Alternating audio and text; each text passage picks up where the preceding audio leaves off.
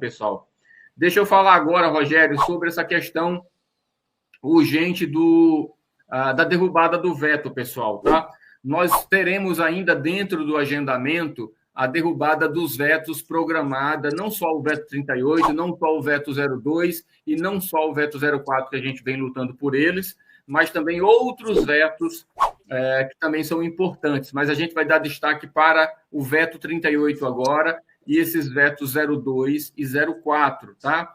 Veto 38 vai isentar você que é aposentado por invalidez, que está numa situação de saúde que não precisa mais voltar ao médico para constatar que aquela doença persiste, muitas das vezes uma doença incurável, como Alzheimer, entre outras, tá?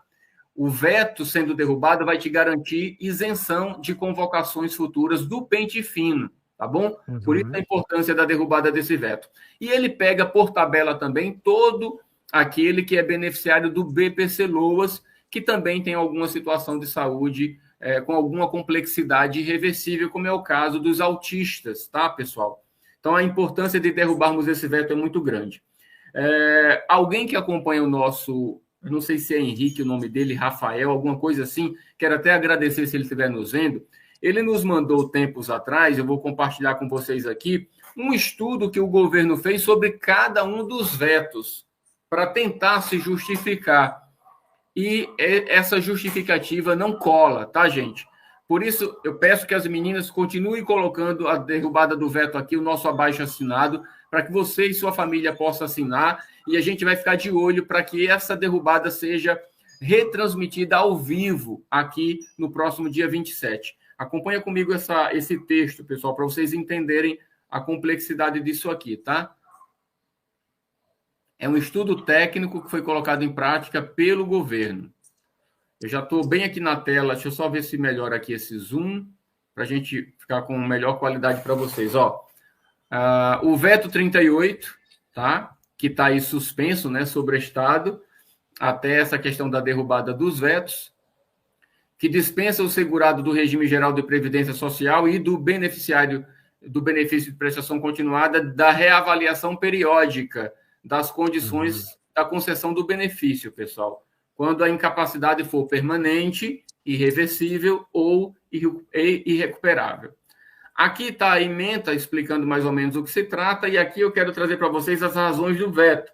Aqui é o que o presidente da República justificou como veto para que você não tivesse mais essa isenção. A proposição legislativa contraria o interesse público, ele está dizendo. Isso quem disse foi o presidente Lula, tá?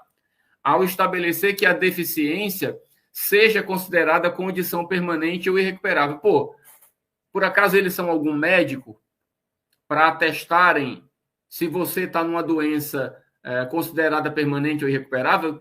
Quem contestou isso, aliás, quem aprovou isso foram os peritos médicos, lá no próprio INSS. Quem é o governo federal? Baseado em quê? Em que justificativa? Em que termo técnico o presidente Lula está dizendo isso? E, pior ainda, abrindo a boca para dizer que não é do interesse público. Nós temos um abaixo-assinado com milhares de assinaturas mostrando o interesse público. Então, essa justificativa do presidente Lula não passou de uma... Eu não vou usar o adjetivo que eu ia usar, não. Mas isso aqui é uma cachorrada, uma safadeza com você aposentado, idoso, com você que tem doença grave e irreversível. O Lula deu um tiro no próprio pé, pensando em 2026, ele vai se lascar com essa atitude dele. Já não bastasse essa safadeza toda sendo feita com o aposentado, agora com esses descontos indevidos debaixo do nariz do governo.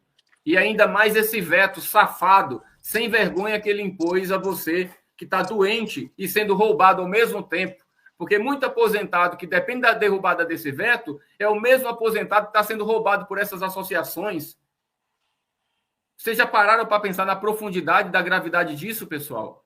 Por isso que é importante você estar aqui comigo, para que a gente possa, unidos, derrubar esse veto. Agora mais do que nunca. Sim. Aqui ele fala mal um monte de bobagem. Eu não vou ler para não ficar estressado mais do que eu já estou, tá?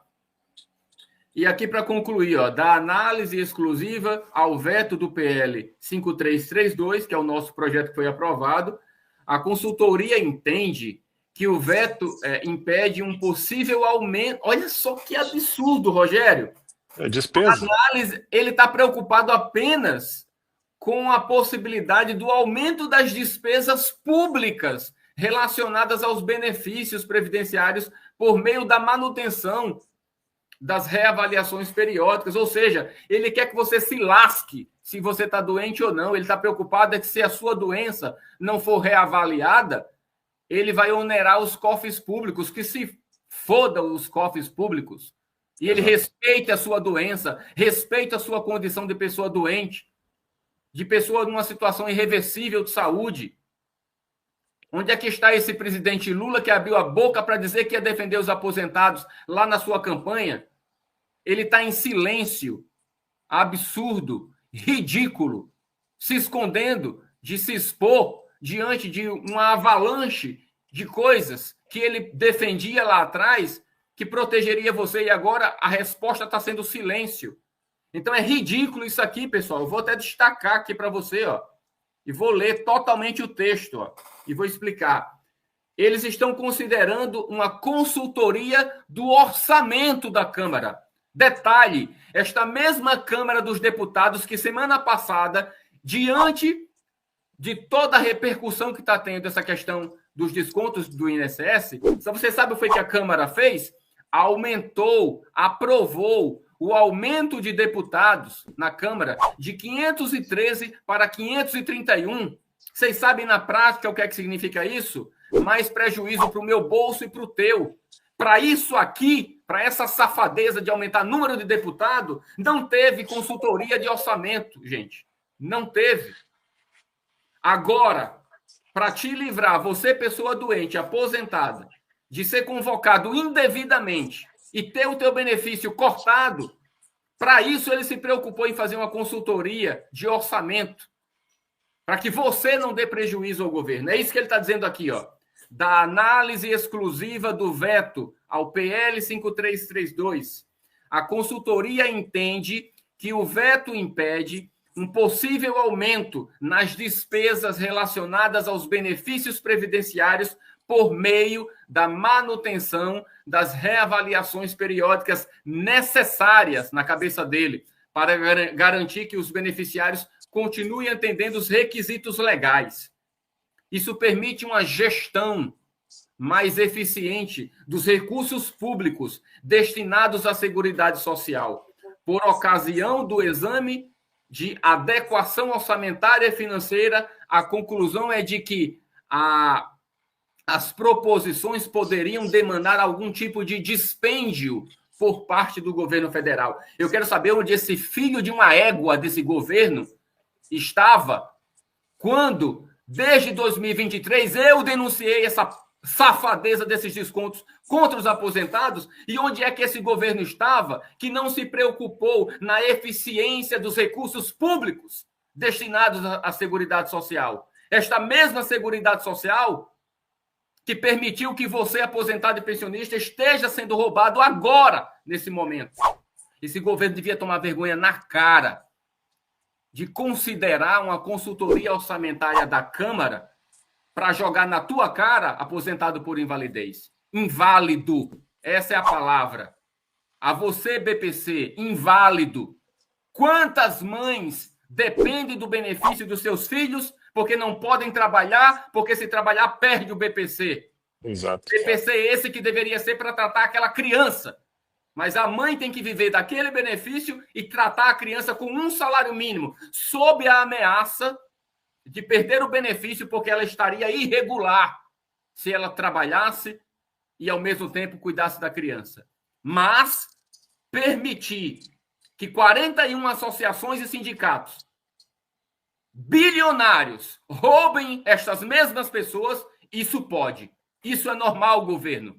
Toma vergonha na tua cara, ô Luiz Inácio Lula da Silva. Toma vergonha na cara, Previdência Social. Toma vergonha na cara, Dataprev. Equipe do planejamento que cuida da Dataprev. Tomem vergonha na cara pelos vazamentos de dados. Por isso vocês não estão respondendo. Por isso ninguém está sendo indenizado. Agora você me vem com essa pachorra de dizer que o aposentado por invalidez, inválido, e o BPC tem a obrigação de permanecer sendo periciado para que o prejuízo não caia no bolso do INSS. Se tem fraude, ok, te vira para descobrir quem está fraudando, mas não convocar quem está inválido irreversivelmente para ser bode expiatório da justificativa dessa roubalheira que acontece no INSS. É disso que eu estou falando, o governo federal.